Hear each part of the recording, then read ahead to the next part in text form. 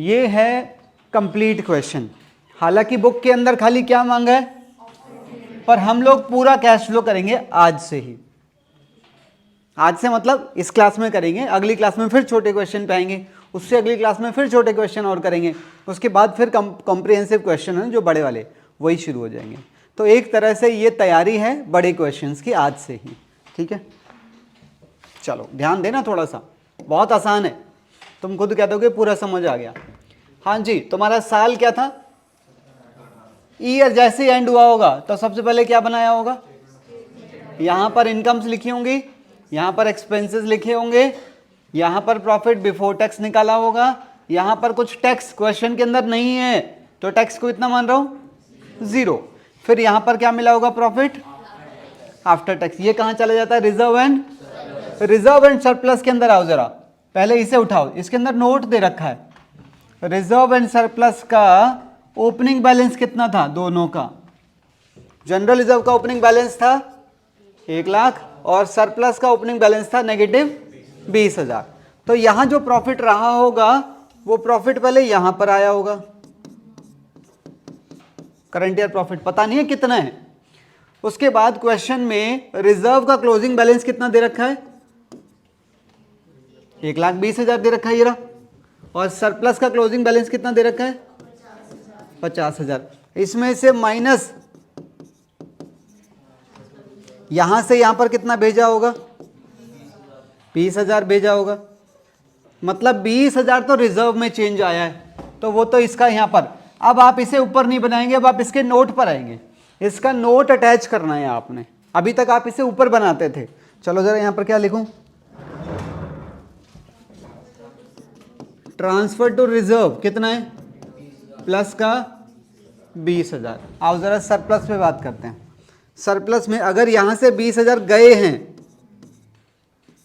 तो बेटे 20,000 ऑलरेडी था नेगेटिव, और 20,000 और नेगेटिव, तो यहां तो 40,000 नेगेटिव आना चाहिए था, बल्कि यहां तो 50,000 पॉजिटिव है।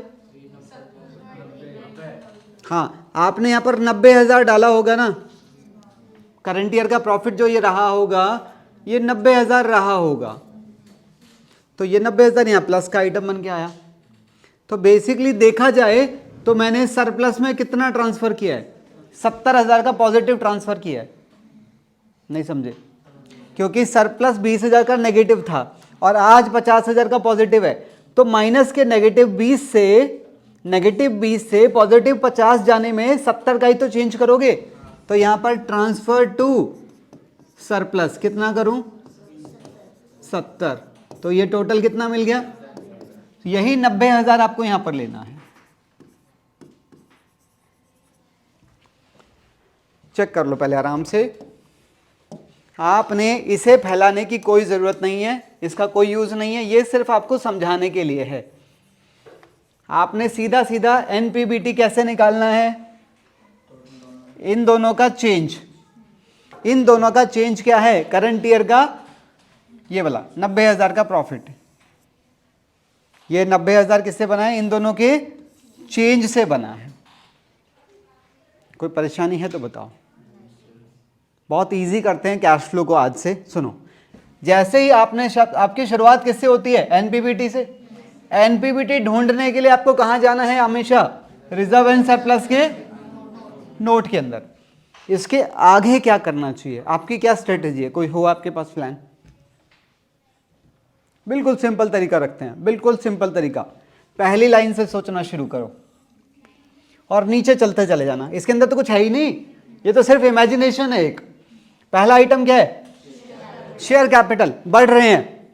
यहां पर कितने थे, यहां कितने, रीजन सोचो, शेयर इशू करे होंगे। अब एक प्रॉब्लम है, मुझे क्या पता ये शेयर मैंने जब इशू करे थे ये कैश में इशू करे थे, हो सकता है इनके बदले मैंने कुछ एसेट वगैरह ली हो, पर क्वेश्चन तो कुछ नहीं भौंक रहा ना, तो क्या मानोगे, कैश। और शेयर इशू करना कौन सी एक्टिविटी है, तो आप यहां लिखेंगे इशू ऑफ शेयर्स। कितना लिखूं, प्लस का 1 लाख। कोई दिक्कत तो नहीं, आगे चलो। रिजर्व एंड सरप्लस ऑलरेडी हो ही गया था, इस पे बात करो। लॉन्ग टर्म बोरोइंग, इसका नोट दे रहा तो नोट में आ जाओ बेटे। यहां पर डिवेंचर कितने के थे शुरुआत में, शुरू में डिबेंचर थे 1 लाख के, और यहां डिबेंचर कितने के हैं? अच्छा, ये डिबेंचर 9% वाले थे, ठीक है ना। अब यहां पर क्वेश्चन में एक बात और लिखी हुई है, कह रहा है जो नए डिबेंचर इश्यू हुए हैं वो पहले ही दिन इश्यू हो गए थे। और डिबेंचर इश्यू करना कौन सी एक्टिविटी है? तो 50,000 रुपये आए होंगे, तो इश्यू ऑफ 9% डिबेंचर्स प्लस 50,000। अब इनके इंटरेस्ट की बात करो, इनका इंटरेस्ट हम दे चुके हैं या देना बाकी है? काशवी, कोई सबूत है कि इनका इंटरेस्ट हम दे चुके हैं या देना बाकी है? सर दे चुके हैं क्योंकि एंड में बनती है बैलेंस शीट। हट ना लाए, ये वजह गलत है। तुमने ये बोला दे चुके हैं, ये तो ठीक है, पर उसका कोई सबूत है? हाँ, नोट में होगा ना। नोट में कौन होगा? नोट में कौन होगा? गांधी जी, जिन्ना थोड़ी होगा, वो तो वहां चलता है ना। है स्तुति, अरे बता रखा होगा ना, फुट दिया साथ में 2 बार सॉरी, दे दिया होगा। हाँ अरे ये क्या है, दे दिया होगा? 2 बार भाई साहब सोचना पड़ेगा इसी एंगल से। गए वो बच्चों वाले दिन, ये चैप्टर ऐसा, ये चेक करेगा तुमने क्या सीखा है। कोई बताना चाहेगा? ये अरे तेरे को ये दिख रहा है, ये बंद है ना। मैंने ये पूछा, अच्छा ये तो पक्का इंटरेस्ट देना था, पहले इंटरेस्ट की कैलकुलेशन कर लो, चलो फिर बात करते हैं दिया है कि नहीं दिया है। अच्छा 50,000 के डिबेंचर भी तो यहीं ऐड हो गए थे, तो मतलब तुमने पूरे साल पब्लिक का कितना पैसा यूज किया है? 1.5 लाख ही यूज किया है, क्योंकि तुमने नए डिबेंचर पहले ही दिन इशू कर दिए थे, तो तुमने पब्लिक का 1.5 लाख रुपया पूरे 365 दिन यूज किया है। तो 1.5 लाख का 9% 13,500। अबे चेक कर लो, क्या इसके अंदर 13,500 की कोई करंट लाइबिलिटी है? आउटस्टैंडिंग इंटरेस्ट होता ना है क्या? इसका मतलब सारा का सारा इंटरेस्ट पे कर दिया होगा। गधे हो क्या, गोबर हो गए हो क्या तुम लोग? हंसते हो तुम लोग ये सुन के। उस इंटरेस्ट का क्या करूं? वो इंटरेस्ट इसके अंदर खर्चा बन के आया होगा, पर पैसे दिए हैं, पैसे तो दिए हैं, उसका पैसे जाना फाइनेंसिंग में माइनस होगा। इंटरेस्ट ऑन 9% डिबेंचर माइनस का 13,000। ठीक है, अब सुनो, क्योंकि वो इंटरेस्ट इसके अंदर खर्चा बन के आया होगा, उसने प्रॉफिट को कम किया, जबकि वो, तो यहां पर इंटरेस्ट ऑन डिबेंचर 13,500 का ऐड भी करेंगे। नहीं समझे? डिबेंचर से रिलेटेड और कोई चीज नहीं है, इतनी ही है। पहले चेक कर लो यहां तक, फिर आगे बढ़ूंगा मैं, तब तक जरा ग्राउंड साफ कर लूं।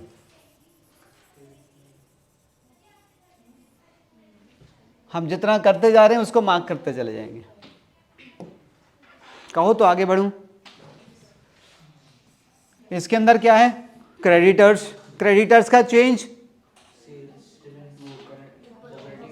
इस हिस्से के अंदर आएगा ना। क्या हो रहा है? कम हो रहा है। कम हो रहा है मतलब तुमने पैसे दिए होंगे, पैसे देना आउटफ्लो, तो decrease in trade payables minus का 20,000। आगे चलो, फिक्स एसेट्स आ गया अगला आइटम। इसका नोट है बेटा, तो नोट के अंदर आ जाओ, ये हो चुके हैं, नोट के अंदर आ जाओ। ये तुम्हारा दिमाग खराब कर सकता है, दिमाग से काम करना, सोच समझ के काम करना।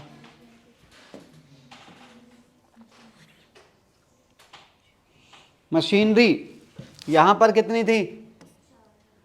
मशीनरी यहां 4 लाख की थी, यहां पर मशीनरी कितने की है? हाँ जी 4,40,000 ले लो यार, ये लो ना, रोते क्यों हो? और यहाँ ये 7 लाख की है। और प्रोविजन फॉर डेप्रीशिएशन मेंटेन कर रखा है इन्होंने। शुरुआत में प्रोविजन फॉर डेप्रीशिएशन कितना था? 1,10,000 का। यहाँ प्रोविजन फॉर डेप्रीशिएशन कितना है? 1.5 लाख का। और किसी एसेट के खरीदने बेचने की इंफॉर्मेशन तो अलग से नहीं दी है, अलग से नहीं भौंक रहा है। तो बताओ 4,40,000 से 7 लाख होगी ये आइटम। हमारी मशीनरी की वैल्यू बढ़ गई है, तो खरीदी होगी भाई, खरीदी होगी तो पैसे गए होंगे, और पैसे जाना परचेज ऑफ मशीनरी माइनस का 2,60,000। अब बात करो डेप्रीशिएशन की। प्रोविजन अगर बढ़ता है, मैंने पिछली क्लास में बताया था, प्रोविजन अगर बढ़ता है तो वो करंट ईयर का डेप्रीशिएशन, यहां पर एंट्री क्या डाली होगी, depreciation debit to provision. Entry डाल देते हैं डेप्रीशिएशन डेबिट टू, तो प्रोविजन ऑलरेडी क्रेडिट में कितना था 1,10,000 और प्रोविजन यहां पर और बढ़ गया, तो ये जो क्रेडिट वाला आइटम है ना ये इसके साथ ऐड हुआ होगा, और ये जो डेप्रीशिएशन है ये खर्चा बन के इसके अंदर गया होगा। तो डेप्रीशिएशन को तो इस हिस्से में ऐड करा दो, प्लस का 40,000। नहीं समझे? पक्का क्लियर है? आगे बढ़ूं, अगला कोई आइटम, ये हो गए हैं दोनों। इन्वेस्टमेंट, इन्वेस्टमेंट बढ़ रही है। नोट नंबर 4, खाली एक लाइन लिखी हुई है बस, ये तो इंटरेस्ट की बात कर रहा है, हम इंटरेस्ट की बात नहीं कर रहे फिलहाल। इन्वेस्टमेंट बढ़ गई, खरीदी होंगी, तो परचेज ऑफ इन्वेस्टमेंट क्या करूं, माइनस का 10,000। अब इसके इंटरेस्ट की बात करो। अच्छा, इन्वेस्टमेंट के बारे में जरा हम लोग यहां गहराई से बात करेंगे। आओ बताओ, इन्वेस्टमेंट शुरू में कितनी थी? इन्वेस्टमेंट यहां पर 40,000 की थी और यहां पर बढ़कर 50 की हो गई है, और नीचे एक लाइन दे रहा है, कह रहा है पहले ही दिन खरीद ली थी नई वाली, तो मतलब आपने कितने रुपए की इन्वेस्टमेंट होल्ड की है, होल्ड पूरे साल, तो तुम इंटरेस्ट भी तो 50 पे लोगे या 40 पे लोगे? तो 50 पर इंटरेस्ट कितना था, 4,000, तो उसके पैसे मिले होंगे, हो सकता है मिलने बाकी हो। अगर मिलने बाकी होते तो यहां पर एक्रूड के नाम से इंटरेस्ट की एसेट होती, नहीं है ना, तो मतलब वो मिल गया होगा, मिला होगा तो पैसे आए होंगे, तो इंटरेस्ट ऑन कितना, प्लस का। अब जरा एक बात और सोचो, तुमने यहां पर एंट्री क्या डाली होगी उसकी, bank account debit to interest, और वो इंटरेस्ट इनकम बन के इसके अंदर आया होगा, उसने प्रॉफिट को बढ़ाया होगा, जबकि नॉन ऑपरेटिंग आइटम है, तो plus sorry minus interest on, कुछ भी पूछना हो। ट्रेड रिसीवेबल कम हो गए, डेटर्स कम हो गए, पैसे मिले होंगे, तो यहां पर लिखेंगे डिक्रीज इन ट्रेड रिसीवेबल। कितना चेंज आ रहा है, 17 का, 17 और 14 31। नहीं समझ आ रही बात? Cash and cash equivalent, opening balance 56,000 का यहां लिखना है आउटर कॉलम में, और इसका क्लोजिंग बैलेंस 77,000 का यहां लिखना है।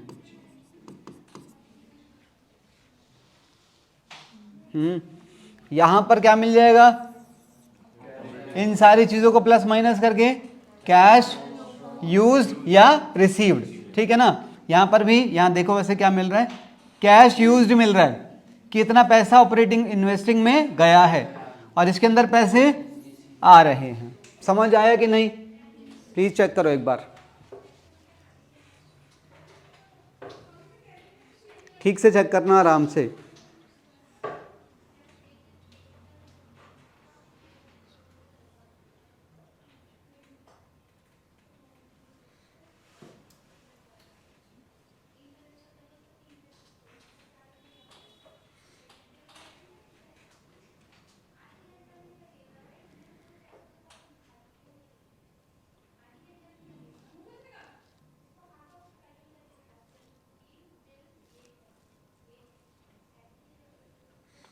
इस पर टाइम लगाओ, जल्दीबाजी नहीं करनी है इसके ऊपर बिल्कुल भी।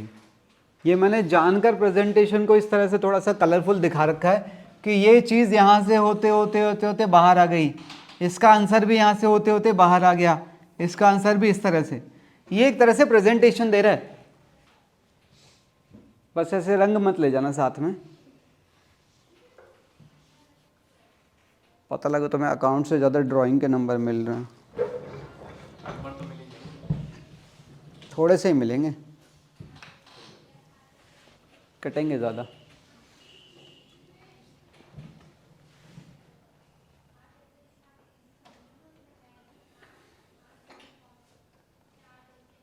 जहाँ जहाँ नेगेटिव आइटम है वहाँ ब्रैकेट लगाना है।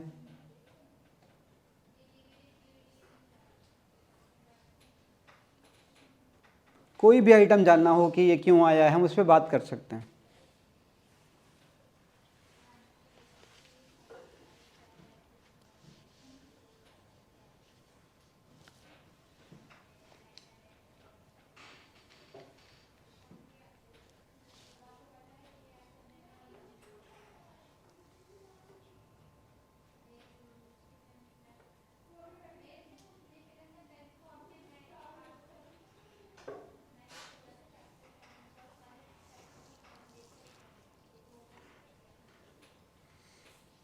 ज़रा कोई मुझे बुक दे दो, हो तो किसी के पास।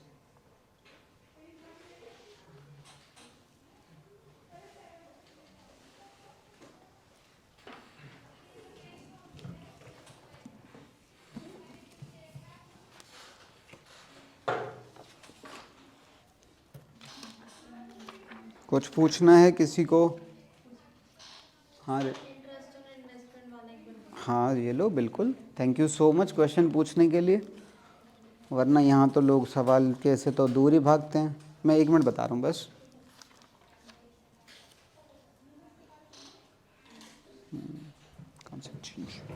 सुनो, कौन सा कह रहे थे बेटा? Interest on investment. सुनिए रिया जी, बात ऐसी है, इन्वेस्टमेंट 40,000 रुपये की हमारे पास यहाँ थी, ठीक है, और 50,000 रुपये की इन्वेस्टमेंट यहाँ हो गई हैं, और क्वेश्चन साफ बता रहा है कि जो नई इन्वेस्टमेंट खरीदी गई थी वो हमने पहले ही दिन खरीद ली थी, तो मतलब स्टार्टिंग से 50,000 रुपये की इन्वेस्टमेंट हम लेके साथ चले हैं, तो इंटरेस्ट भी पूरे 50,000 पर ही लेंगे हम। और इंटरेस्ट की रेट कितनी थी? तो पूरा इंटरेस्ट बनता है 4,000 रुपये का, और क्योंकि इंटरेस्ट के पैसे मिल चुके हैं तो एंट्री डाली होगी हमने, bank account debit to interest on investment 4,000, क्योंकि पैसे मिले हैं तो मैं उसे इस हिस्से के अंदर यहाँ पर ऐड कर रहा हूँ, पैसे मिले हैं। और ये जो इनकम वाला है ये इसके अंदर गया होगा, इसने जाके प्रॉफिट को बढ़ा दिया, जबकि ये ऑपरेटिंग आइटम नहीं है, तो मैं इसे यहाँ पर माइनस कर रहा हूँ, ठीक है।